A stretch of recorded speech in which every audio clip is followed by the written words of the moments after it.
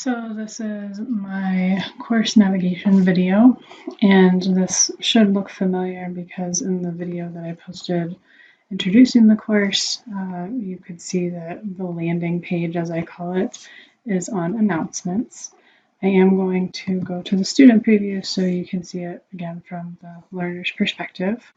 And as mentioned, I do have a weekly announcement that hopefully you can see I post typically on Monday mornings. It looks like I was pretty consistent with these 2 weeks, almost to the minute. But I do try to give students about a paragraph or so of what's to come. So again, that's where they come when they first click on the course. And then I had noted that I only have the syllabus under this syllabus tab. And the primary learning takes place under this content. I've got my welcome video that you all had seen in my prior video. This is the link to the third-party publisher provided. I use Cengage resources. I also have a link to Purdue's OWL for APA style. This course specifically doesn't utilize APA style as heavily as some of my others, but I do like to include that as a resource.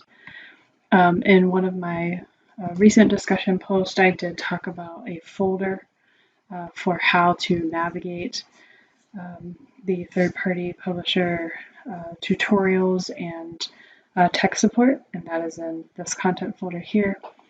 I have received feedback in this course that it would be useful, instead of just saying week 1 and giving the days, that also include a note about the content. So I haven't yet implemented that feedback, but I do recognize the value of doing so. So if we are clicking in the week 1 folder, each of my folders contains an agenda. I try to indicate to students in what order to complete the weekly activities. So as you can see, for this first week, they are to read the syllabus and participate in this welcome discussion. I do also try to link to any discussion boards, which you can see that I'm hovering over right now. So I try to give multiple ways for students to access individual assignments for universal design purposes. But if we go back to the content and we look at, let's say, this week, week 5, you can see that I am providing some slides here. Also, another worksheet that gives them additional information related to the content. In this case, it's diagrams of the eye and ear, because this is our chapter on sensation and perception.